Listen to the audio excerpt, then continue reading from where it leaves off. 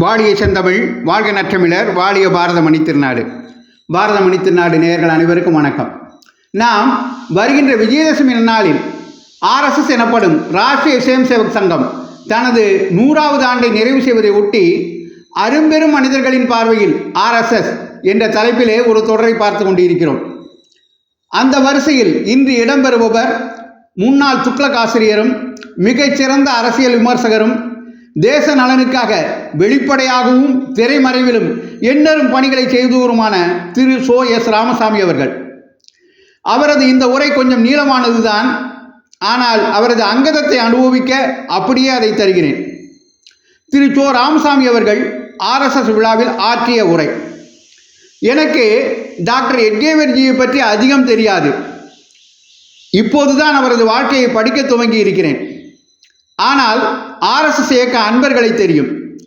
Sri பாலாசாஹெப் Deoras, Sri HV Seshadri, Sri Ramagopalan, Sri Rengasamy தேவர், Sri R Annamalai மற்றும் பல RSS அன்பர்களை எனக்கு தெரியும். என்னால் ஒரு விஷயத்தை உறுதியாக சொல்ல முடியும். நமது நாட்டில் ஒவ்வொரு அரசியல் கட்சியும் வெவ்வேறு விதமான சோஷலிசங்களை, வாக்குகளை கவர திரும்ப திரும்ப சொல்லிக் கொண்டிருக்கும் நிலையில் ஆர்எஸ்எஸ் இயக்கம் மட்டுமே திட்டமிட்ட முறையில் தேசபக்தியை மக்கள் மனங்களில் பதிய வைக்கும் பணியை செய்து வருகிறது. ஆர்எஸ்எஸ்ஸில் இருப்பவர்கள் வெறுமனை வாய் வார்த்தையால் தேசபக்தியை போதிப்பவர்கள் அல்ல, மாறாக அதை வாழ்க்கையில் கடைபிடிப்பவர்கள். அவர்களது முழுமையான தன்னலமற்ற தன்மை கண்டு நான் வியந்திருக்கிறேன். நான் பார்த்த பல்வேறு அரசியல் கட்சியினரும் அநேகமாக சுயநல பலனில் ஆர்வம் கொண்ட, குறைந்தபட்சம் ஒரு அங்கீகாரத்தை எதிர்பார்த்தோதான் அந்த கட்சியில் பணியாற்றுகின்றனர். ஆனால் ஆர்எஸ்எஸ் அமைப்பை சேர்ந்தவர்கள் அப்படி அல்ல. அதோடு மட்டுமல்ல, மெத்த படித்த இளைஞர்கள் சுயம் சேவகர்களாகி தங்களது அனைத்தையும் தியாகம் செய்து எல்லாவித இடையூறுகளையும் எதிர்கொள்வதை பார்க்கிறேன். MA படித்தவர்கள், பொறியியல் பட்டதாரிகள், ஏன் முனைவர் பட்டம் பெற்றவர்கள் தங்களுக்கு கிடைக்கக்கூடிய வசதியான வாழ்வை புறந்தள்ளிவிட்டு சங்க பணிக்காக தங்களை அர்ப்பணித்துக் கொள்வதை பார்க்கிறேன். இது ஆர்எஸ்எஸ்க்கு மட்டுமே இருக்கக்கூடிய சிறப்பம்சம். தாங்க முடியாத ஆர்வத்தில் நான் சில சுயசேவர்களை கேட்டிருக்கிறேன். உங்களால் மட்டும் எப்படி இப்படிப்பட்ட செயல்களை செய்ய முடிகிறது, ஏன் மற்ற அமைப்பில் உள்ளவர்கள் இதுபோல் செயலாற்ற முடியவில்லை என்று. அவர்கள் ஆர்எஸ்எஸ்ஸில் வழங்கப்படும் பயிற்சிக்கே அந்த பெருமை உரியது என்று பதிலளித்தார்கள். மற்ற அமைப்புகளும் தான் பயிற்சி அளிக்கின்றன. ஆனால் வித்தியாசம் என்னவென்றால், தேசத்துக்காக அனைத்தையும் தியாகம் செய்யும் ஊக்கத்தை, உள்ளுணர்வை ஆர்எஸ்எஸ் தான் தருகிறது. இன்று கூட இந்த தேசத்தில் லட்சக்கணக்கான பேர் தேச சேவையில் தங்களை முழுதும் அர்ப்பணிக்க தயாராக இருக்கிறார்கள் என்பதும், உன்னத லட்சியத்துக்காக தீயில் குதிக்கவும் தயாராக இருக்கிறார்கள் என்பதற்கு ஆர்எஸ்எஸ்ஸே அற்புதமான ஆதாரம். உன்னதமான நல்ல ஆன்மாக்களை கொண்ட இந்த மண் அரசியல்வாதிகளால் திட்டமிட்டு தரம் குறைக்கப்பட்டு வருகிறது. ஆர்எஸ்எஸ்ஸின் சமரசம் இல்லாத தேசபக்தியை இந்த தேசத்தில் உள்ள ஒவ்வொருவரும் உள்ளத்தில் பதித்துக் கொள்வோம் என்றால் உலகில் எந்த நாடும் நமக்கு இணையாகாது. தமிழ்நாட்டில் உள்ள அரசியல் கட்சிகள் சுயமரியாதை குறித்து கோஷம் எழுப்பிய காலத்தை ஓட்டுகின்றன. ஆனால் சட்டமன்றத்தில் ஆடையை களையும் அளவு அவமானகரமான செயல்களில் ஈடுபடும் அளவில்தான் அவற்றின் தலைவர்களின் சுயமரியாதை உள்ளது.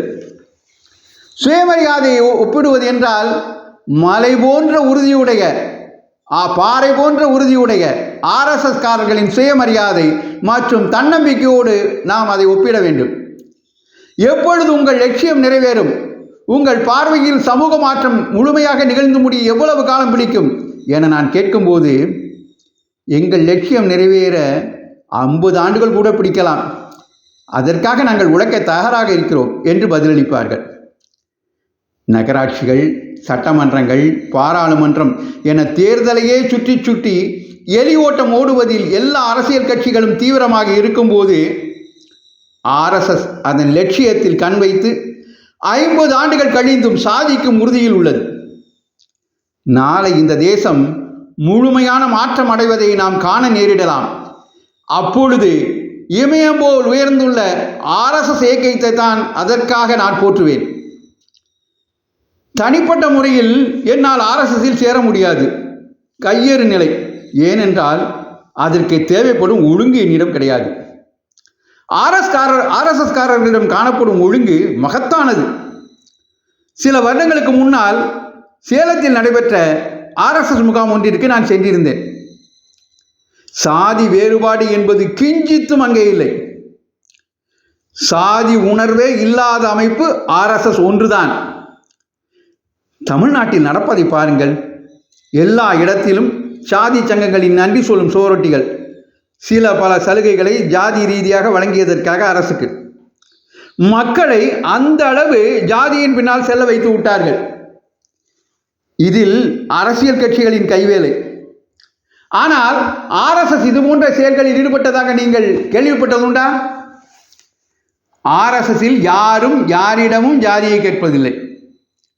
இந்த விஷயத்தில் RSSஐ நான் மிகுந்த மரியாதையோடு பார்க்கிறேன். RSSஐ ஆதரிப்பது மதச்சார்பின்மைக்கு எதிரானது என சிலர் நினைக்கிறார்கள். ஆனால் ஒருவர் தன்னை ஒரு ஹிந்து என்று சொல்லிக் கொள்வதில் பெருமிதம் கொள்வது மதச்சார்பின்மைக்கு எதிரானது என்று கருதுகிறார்களா? இது அபத்தமானதல்லவா? நான் என்னை ஒரு ஹிந்து என்று அழைத்துக் கொள்வதில் பெருமிதம் கொள்கிறேன். ஒரு ஹிந்து இதயம் ஒட்டுமொத்த மனித குலத்தையும் நேசிப்பதோடு நின்றுவிடவில்லை. அது எல்லா படைப்புகளையும் நேசிக்க கற்றுக் கொடுக்கிறது. அது மனித குலத்துக்காக மட்டும் பிரார்த்திக்கவில்லை. இருகால் பிராணிகள், 4 கால் பிராணிகள், பறவைகள், தாவரங்கள் ஆகிய அனைத்து உயிர்களுக்காகவும் பிரார்த்தனை செய்கிறது. அதுதான் நமது மந்திரங்களில் உள்ளது. ஒரு ஹிந்து தனக்காக மட்டும் ஒருபோதும் பிரார்த்திப்பதில்லை. ஒட்டுமொத்த மனித குலத்துக்காகவும் அனைத்து உயிர்களுக்காகவும் பிரார்த்திக்கின்றான். இப்படிப்பட்ட உன்னதமான மதத்தைச் சேர்ந்தவன் தன்னை மதச்சார்பற்றவன் என்று காட்டிக்கொள்ள, தன்னை ஒரு ஹிந்து என்று சொல்லிக்கொள்ள வெட்கப்பட வேண்டும் என்றால் அது உண்மையான மதச்சார்பின்மையே அல்ல.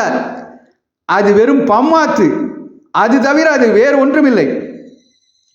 ஆனால் அதே சமயம் பிற மத நம்பிக்கைகளை பின்பற்றுவோரை நாம் தாழ்வாக எண்ண தேவையில்லை. RSS இந்த கொள்கைகளை எல்லாம் ஏற்றுக்கொண்டிருக்கிறது என்பது எனக்கு நன்றாக தெரியும். நிலைமை இவ்வாறு இருக்க சிலர் RSS ஏதோ தேச விரோதி போல தவறாக பேசுகிறார்கள். தேசபக்தியை வளர்க்கும், பாரதத்தை வைய தலைமை கொள்ள வைக்க பாடுபடும் RSSின் பெருமையை சீர்குலைக்க பார்க்கிறார்கள். இது மிகவும் ஆட்சேபத்துக்குரியது. காரணமோ காரியமோ இன்றி பொதுவெளியில் RSSஐ விமர்சிப்பவர்கள் தனிப்பட்ட முறையில் RSSின் செயல்பாடுகளை ஆதரிப்பவர்களாக இருப்பதை நான் பார்த்திருக்கிறேன். இப்படிப்பட்ட உன்னதமான அமைப்பை தோற்றுவித்த டாக்டர் எட்கேவர்ஜிக்கு நான் தலை வணங்குகிறேன். அவர் ஒரு நல்ல குரு, நல்ல சிந்தனையாளர், நல்ல ஒருங்கிணைப்பாளர் என மூன்றும் இணைந்த மாமனிதராய் திகழ்கிறார் என RSS நிறுவனர் டாக்டர் கேசவ் பலிராம் எட்கேவர்ஜியை புகழ்ந்து தனது உரையை முடிக்கிறார் திரு சோ அவர்கள். இதுபோல RSS குறித்து மற்ற அரும்பெரும் மனிதர்கள் பாராட்டி பேசியுள்ள, புகழ்ந்து பேசியுள்ள விஷயங்களை தொடர்ந்து இந்த தொடரில் பார்ப்போம். அதற்கு பாரதமணி திருநாடு சேனலை தொடருங்கள் என்று உங்களை கேட்டுக்கொண்டு விடைபெறுகிறேன். இந்த பதிவு உங்களுக்கு பிடித்திருந்தால் மற்றவர்களுக்கும் பகிருங்கள். வந்தே மாதரம், வளர்க பாரதம், ஜெய் ஹிந்த்.